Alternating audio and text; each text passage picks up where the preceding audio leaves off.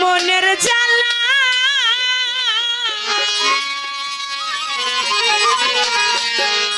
আমি সপ্তরে জানাই আমার মান্নান চায়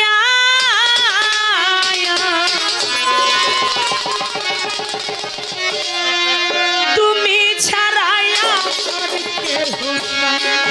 ওরে আমার যত মনের জ্বালা সপ্তরে জানাই আমার দয়াল রে তুমি ছাড়া ভক্তির কেহ নাই আরে আমার যত মনের জ্বালা সপ্তরে জানাই আমার দয়ালো আমার যত মনের জ্বালা সপ্তরে জানাই আমার দয়ালো তুমি ছাড়া আমার কেহ নাই তুমি ছাড়া ভক্তের কেহ নাই আমার মন নাম তুমি ছাড়া আমার কেহ নাই দরদিরে চরণ ধুয়া চলে আমার গোসল করাইও ওই চরণের ধুলা চোখে সুরমা লাগাইও চরণ ধুলা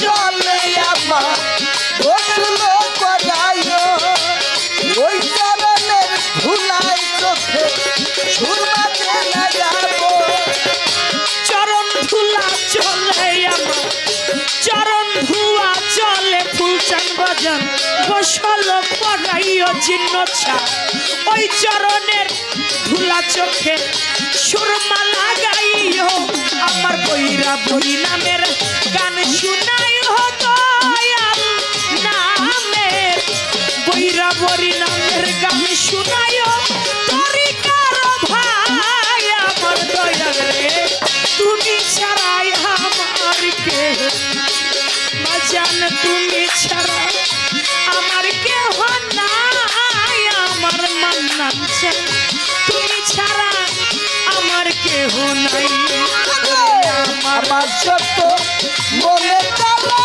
সপ্তরে জানাই আমার বললাম আমার সত্য মনের কথা সপ্তরে জানাই আমার দয়াল তুমি ছাড়া ভক্ত কেহ নাই তুমি ছাড়া ভক্ত কেহ নাই আমার দয়াল তুমি ছাড়া ভক্ত কেহ নাই দরদিরে কুকুর হইয়া তোর দরবার কাটাবো জীবন দিবানিশি তোমার ওই রূপ করব দর্শন করে কুকুর হইয়া তোর দরবারে কাটাবো জীবন দিবানিশি তোমার ওই রূপ করব দর্শন বাহ চমৎকার একটা ভাবের কথা কিন্তু আমার মিরাজ ভাই বলেছেন কার ঘটনা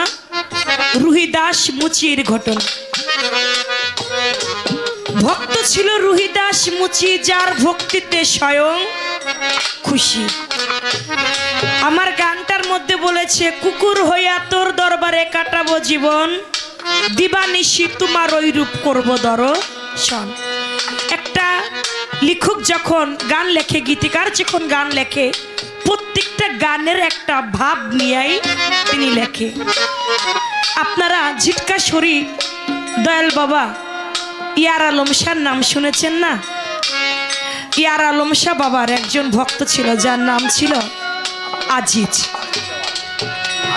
দেওয়ান আজিজ ওই আজিজ তিনি ছিল প্রথমে বড় একজন কাঙাল এমনই কাঙাল ছিল দিন আনতো দিন খাইতো দেখা গেল একদিন আজিজ মনে মনে চিন্তা করতেছে কতদিন হয় আমার দয়াল বাড়ি যাই না আমার দয়ালকে দেখি না আজকে আমি আমার মুর্শিদের দরবারে যাব তো দেওয়ান আজিজ তার আবার মাছ ধরার খুব একটা নেশা ছিল তিনি মনে মনে চিন্তা করে আজকে আমি নদীতে নামবো আজকে যদি আমি একটা মাছ পাই ওই মাছটা নিয়েই আমি আমার ইয়ার আলমের দরবারে যাব গুরুর দরবারে তো খালি হাতে যাওয়া যায় না আর আমি কাঙাল, আমার তো কিছু নাই।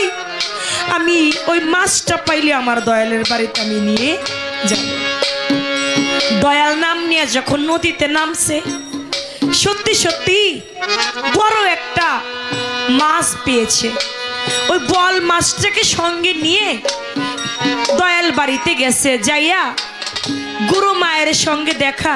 দেখবেন বাবা, মা বিনে সন্তানের দরদ কেউ বুঝে না। আজিজের মুখটা দেখা মাত্রই বলে, আজিজ রে বাবা, তোর মুখটা এত শুকনা কেন রে বাবা, তুই কি কিছু খাস নাই? দেখবেন কোন মা যদি সন্তানের মুখ দেখে, মুখ যদি যতই ভরা থাকুক না কেন, মায়ের কাছে লাগে যেন আমার সন্তান শুকাই গেছে। কয় কি রে বাবা, তুই কিছু খাস নাই, তোর মুখ এত শুকনা কেন? কয় মা, সত্যি কথা বলবো, আজকে 3 দিন হয় আমি আজিজ কিছু খাই নাই।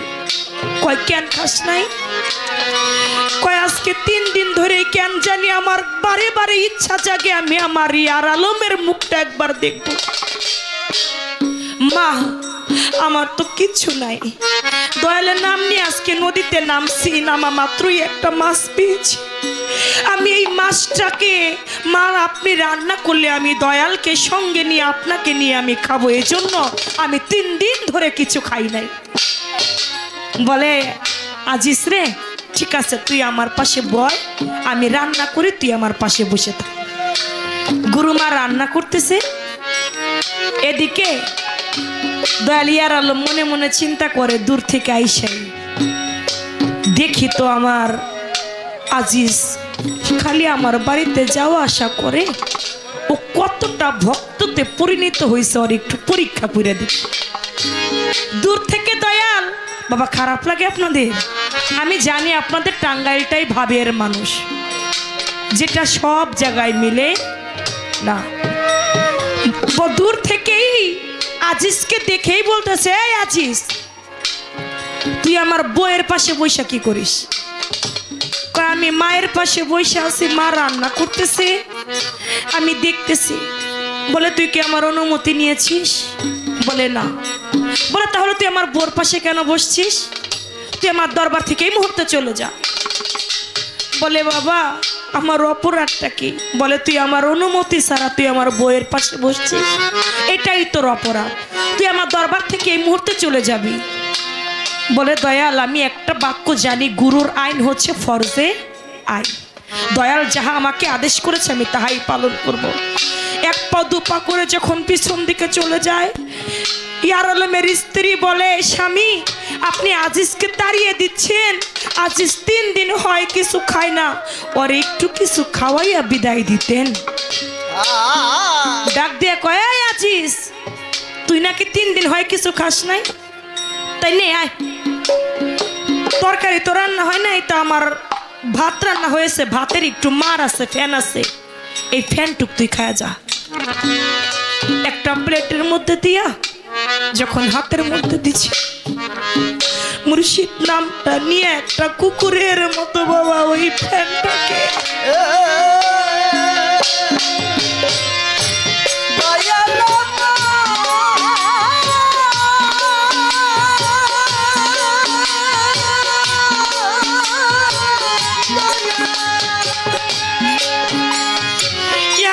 মুখের দিকে তাকায়, আর ভাতের মার ফ্যানের দিকে তাকাইয়া আস্তে কইরা ওই কুকুরের মতো করেই যখন ফ্যানটা খাইতেছে, ইয়ার আলম হাত থেকে প্লেটটা ফলাই দিয়া কয়, আজিজ রে, তুই যে আজ থেকে আমার দরবারের কুকুর হয়ে গেলি রে। ওই আজিজ, আমি তোকে পরীক্ষা করে দেখলাম রে, তুই কেমন ভক্ত আমার হয়েছিস। যা, আমি তোকে দোয়া করে দিলাম, তুই হবি আল্লাহর ওলি, তোর বাড়িতে ওরস হবে 7 দিন। দয়ালের দরবারে যদি কেউ কুকুর হইতে পারে, সেও আল্লাহর ওলি হইতে পারে। শুধু মুচি সুচি হয় না, ওলির দরবারে কুকুর হইলেও আল্লাহর ওলি হওয়া যায়। তাই বলেছি আমার তো মনে কালা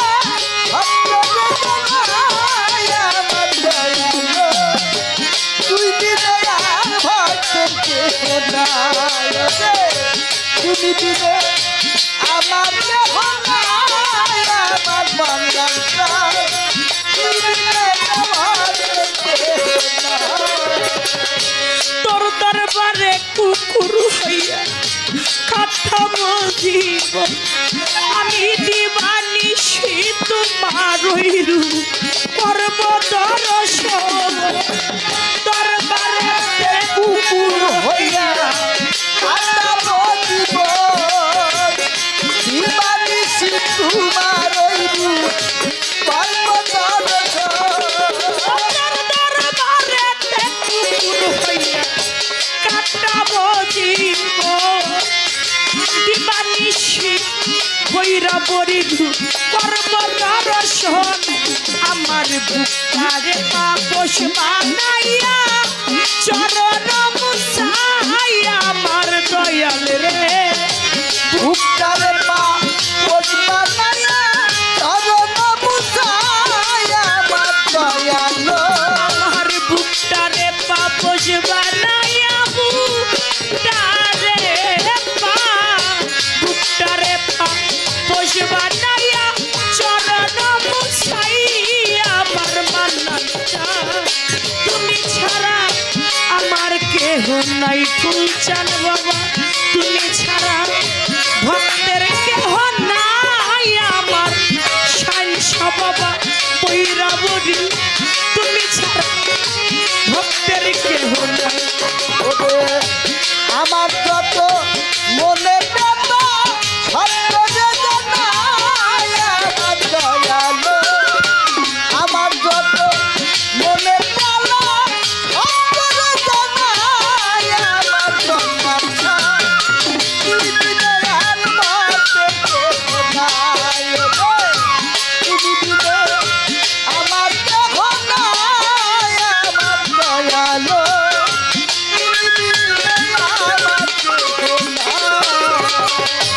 চাই না টাকা, চাই না পয়সা, চাই না জমিদারি, একমাত্র ভরসা রে আমার মুর্শিদ দুর্গাপুরী। চাই না টাকা, চাই না পয়সা, চাই না জমিদারি, একমাত্র ভরসা আমার বাজার দুর্গাপুরী। দরদি আমার দয়াল রে,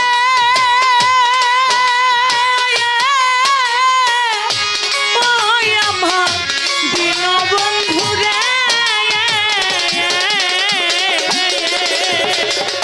চাই না টাকা, চাই না পয়সা, চাই না জমিদারি, একমাত্র ভরসা রে আমার দয়াল দুর্গাপুরী। দয়াল সবদুল চাঁদের চরণ তলে আমুলের হয় ঠাই আমার রশিদ চাঁদ।